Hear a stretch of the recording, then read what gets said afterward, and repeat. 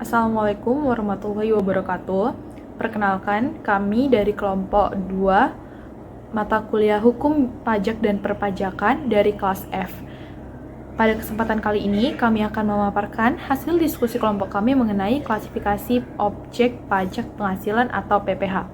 Sebelum itu, kami akan memperkenalkan diri kami masing-masing. Saya Egidia Renata Pasaribu dengan NPM 23013010210.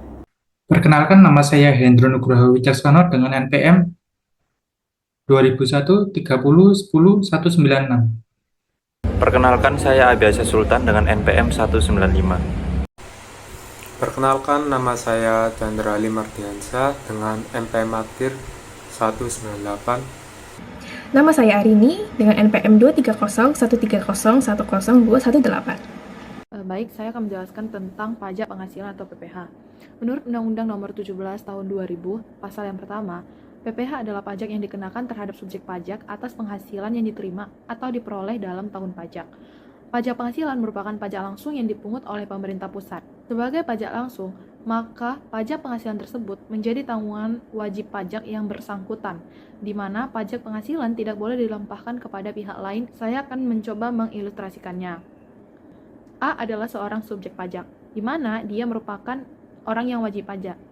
Nah, A akan dikenakan pajak langsung, pajak penghasilan, dan A harus menanggung pajak tersebut tanpa harus dilimpahkan ke orang lain, sehingga A akan menanggung pajaknya sendiri tanpa dialihkan ke orang lain. Selanjutnya yaitu unsur-unsur pajak penghasilan. Nah, unsur-unsur pajak penghasilan itu terbagi menjadi 5. Yang pertama yaitu subjek pajak, atau yang sudah saya ilustrasikan sebelumnya yaitu A, di mana individu atau badan usaha yang berkewajiban membayar pajak itu adalah subjek pajak. Lalu yang kedua, objek pajak, di mana objek pajak merupakan penghasilan yang dikenakan pajak. Lalu yang ketiga, tarif pajak, yaitu persentase yang diterapkan atas objek pajak. Nah, jadi tarif pajak ini memiliki hubungan dengan objek pajak, di mana semakin besar objek pajaknya, maka tarif pajak yang dikenakan juga semakin besar. Demikian sebaliknya, apabila objek pajaknya kecil, maka persentase yang dikenakan semakin mengecil. Lalu yang keempat yaitu basis pajak. Basis pajak merupakan penghasilan kena pajak setelah dikurangi dengan perundang-undangan yang diizinkan oleh undang-undang. Lalu yang terakhir yaitu masa pajak, di mana masa pajak merupakan periode waktu tertentu untuk menghitung dan membayar pajak. Bisa dibilang masa pajak ini yaitu skala waktunya dalam perhitungan pajak. Selanjutnya yaitu jenis-jenis pajak penghasilan, yaitu PPH pasal 21, pasal 25, pasal 29. Di pasal 21, PPH itu dikenakan atas penghasilan berupa gaji, upah, honor, tunjangan, pembayaran lain yang sehubungan dengan pekerjaan atau jasa. Lalu di pasal yang 25, pajak yang dibayar secara angsuran oleh wajib pajak yang memiliki penghasilan teratur. Nah, jadi kalau misalnya pekerjaan atau seseorang yang memiliki pekerjaan secara serabutan dan itu penghasilannya tidak signifikan dan masih di bawah tarif UMR, itu belum dikenakan pajak penghasilan. Lalu yang ketiga yaitu pajak penghasilan pasal 29. Di poin yang ini, pajak yang dihitung dan dibayar sendiri oleh wajib pajak atas penghasilan tertentu seperti penghasilan dari usaha atau pekerjaan bebas. Demikian pemaparan dari saya. Selanjutnya akan dijelaskan oleh teman saya. Oke, sekarang kita akan membahas lebih dalam lagi mengenai PPH. Nah, PPH itu ternyata ada namanya PPH final dan PPH non-final. PPH final itu intinya ketika kita mendapatkan penghasilan, itu udah dipotong pajak. Jadi, kita itu udah nggak punya kewajiban atau kita itu udah nggak punya utang lagi untuk bayar pajak. Nah, kalau yang non-final, itu kebalikannya, dimana penghasilan yang kita dapat itu belum bersih, alias belum dipotong pajak. Jadi kita masih punya tanggungan, kita masih punya kewajiban untuk membayar pajak di akhir tahun. Kayak gitu. Nah, sekarang kira-kira apa ya perbedaan antara PPH final dan non-final? Perbedaannya adalah PPH final itu dia tarifnya final, alias gak akan berubah-berubah. Dia itu udah pasti, udah ditetapkan secara resmi. Lalu karena dia udah ditetapkan secara resmi, otomatis pelaporannya atau cara menghitungnya itu so simple, gak perlu ribet-ribet. Dan juga ketika melaporkan PPH ini tuh kita cuma perlu melaporkan penghasilan dan pajak yang kita bayar gitu. Untuk PPH non final, ya ini mostly kebalikan dari PPh final, yaitu yang pertama tarifnya itu gak pasti alias berubah-ubah tergantung faktornya. Lalu karena dia berubah-ubah dan gak pasti, otomatis cara perhitungannya itu lebih kompleks dan pelaporannya pun itu jauh lebih detail daripada PPh final. Kayak gitu. Nah, untuk selanjutnya akan dilanjutkan oleh rekan saya. Lalu ada contoh PPh final pasal 4 ayat 2. Lalu ada contoh PPh final perusahaan PT OK Indonesia pada perusahaan PT OK Indonesia undian atas kupon yang telah diberikan oleh para pelanggannya atas kupon yang telah diberikan oleh para pelanggannya rupiah dengan total hadiah senilai 100 juta rupiah. Nama Budiman muncul sebagai pemenang hadiah undian. Nama Budiman muncul sebagai pemenang hadiah undian. Pajak penghasilan. Lalu untuk penghitungan PPh pasal 4 ayat pajak penghasilan hadiah PPh pasal 4 ayat dipotong oleh atas hadiah undian yang harus dipotong oleh PT untuk Indonesia undian tersebut akan dikenakan PPh pasal 4 ayat 2 yaitu senilai 25% ayat 2 yaitu senilai lalu dikalikan oleh hadiah lalu dikalikan oleh tersebut. Jadi untuk perhitungannya yaitu nilai tersebut dikalikan oleh 1 perhitungannya yaitu 25% dikalikan oleh 1 yaitu senilai 25 juta rupiah. Yaitu senilai 25 contoh PPh final pasal 4 ayat 2 pada perusahaan PT OK Indonesia. Lalu ada contoh PPh final pasal 15 undian atas kupon-kupon yang telah diberikan oleh para pelanggannya. Perusahaan dengan total hadiah senilai 100 juta rupiah 1000 dalam penarikan undian tersebut pada bulan Januari tahun 2024 muncul sebagai pemenang hadiah undian. Perusahaan PT Maju Jaya memperoleh penghasilan dari penyewaan kapal penghasilan sebesar PPh pasal 4 ayat 2 atas hadiah undian yang harus dipotong oleh 15.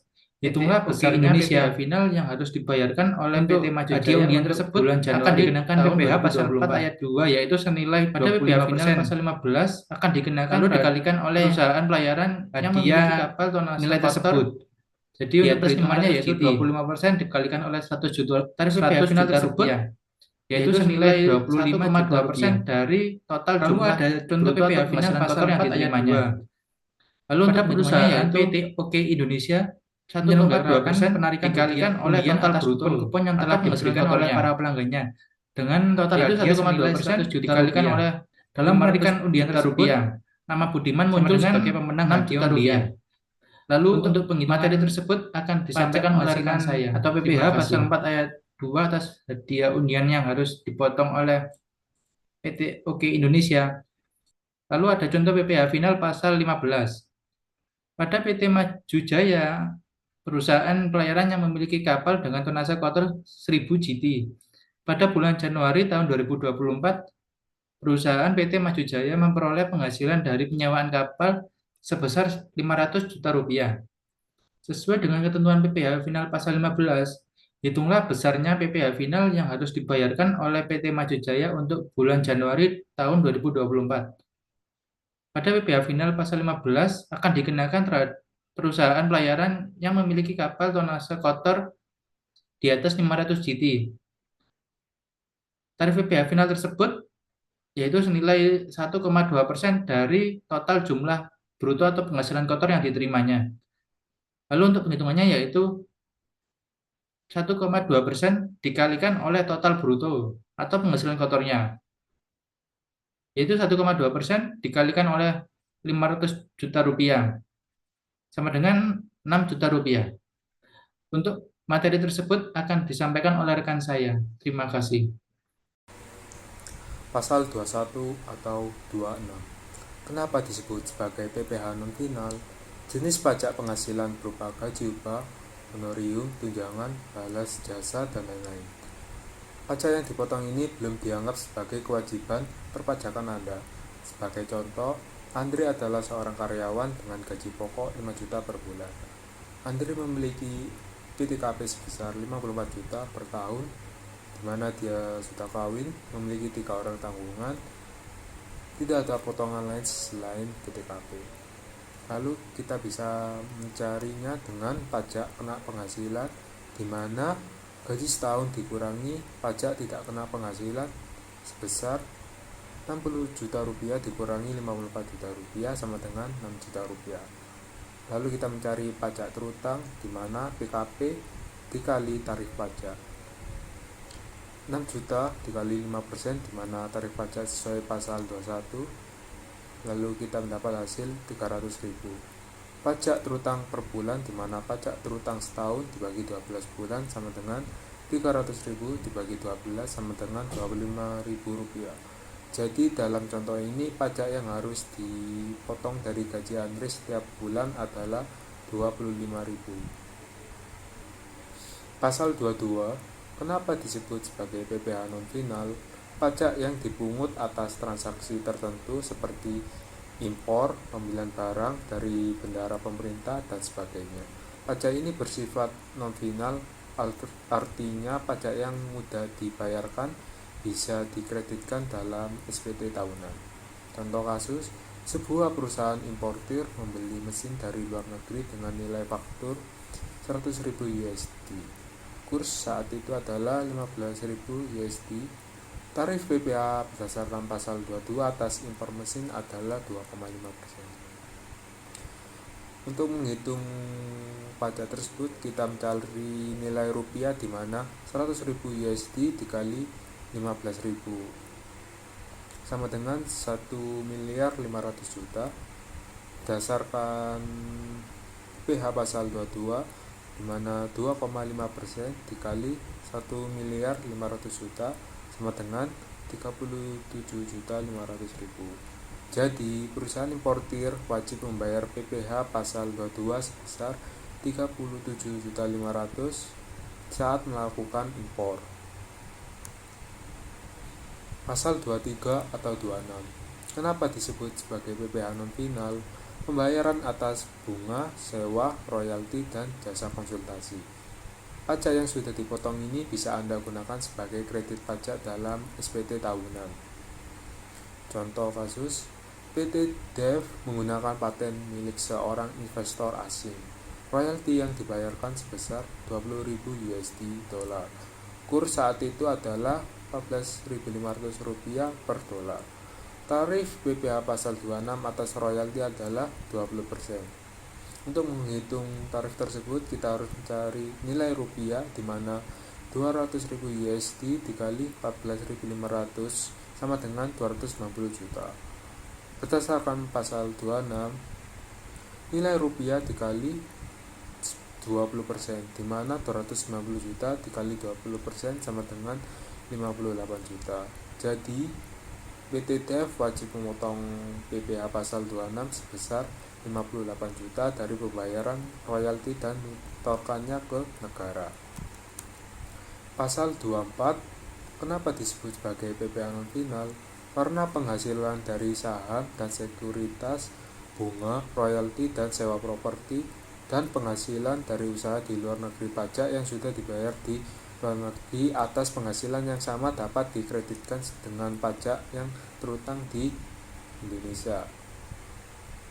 Pasal 25, kenapa disebut sebagai PPh non final? Pajak penghasilan yang dibayarkan secara langsung setiap bulan oleh wajib pajak. Pajak ini bersifat non final, artinya jumlah yang dibayar sebagai angsuran belum final dan akan diperhitungkan kembali saat pembuatan SPT tahunan. Selanjutnya akan dijelaskan oleh rekan saya. Baik, untuk materi selanjutnya yaitu mengenai bukti potong, di mana singkatnya yaitu bukti potong merupakan formulir ataupun dokumen yang digunakan oleh pemotong ataupun pemungut pajak sebagai tanda bukti bahwa pemotongan pajak telah dilakukan. Nah, yang pertama yaitu bukti potong bagi pemotong pajak berfungsi sebagai bahwa pemotongan pajak penghasilan itu telah dilakukan, dan juga dokumen bukti potong ini dapat diperlukan bagi PKP pada saat melakukan pembayaran pajak yang telah dipungut dan dapat dilaporkan pada SPT tahunan PPh. Lalu untuk yang kedua, bukti potong bagi subjek yang dipotong pajaknya berfungsi sebagai bahwa penghasilannya telah dipotong dan dibayarkan oleh pemungut dari PPh. Sehingga subjek yang telah dipotong pajaknya ini bisa menggunakan dokumen bukti potong ini pada saat melaporkan SPT tahunan masa atau PPh. Baik, untuk materi yang selanjutnya yaitu mengenai pengkreditan pajak, di mana singkatnya pengkreditan pajak merupakan pajak yang dibayar sebelumnya dapat dikreditkan ataupun dikurangkan dari pajak terutang. Nah, di sini dibagi menjadi dua jenis, yaitu pengkreditan pajak final dan juga pajak non final. Dalam sisi aspek sifat pemungutan, pengkreditan pajak final bersifat final dan juga kewajiban pajak telah selesai. Lalu untuk pajak non final bersifat masih sementara dan dapat dikreditkan di akhir tahun. Dalam pelaporannya, untuk pajak final tidak perlu dilaporkan dalam SPT tahunan sebagai penghasilan kena pajak. Akan tetapi untuk pajak non-final harus dilaporkan dalam SPT tahunan. Lalu yang selanjutnya dalam aspek mengkreditan, untuk pajak final tidak dapat dikreditkan terhadap pajak terutang lainnya. Namun untuk pajak non-final dapat dikreditkan terhadap pajak terutang di akhir tahun. Lalu yang terakhir, terkait restitusi, untuk pajak final tidak dapat diajukan untuk restitusi. Tapi untuk pajak non-final dapat diajukan restitusi jika ada kelebihan bayar. Baik, sekian pemaparan materi dari kelompok kami. Untuk kurang lebihnya, kami mohon maaf. Wassalamualaikum warahmatullahi wabarakatuh.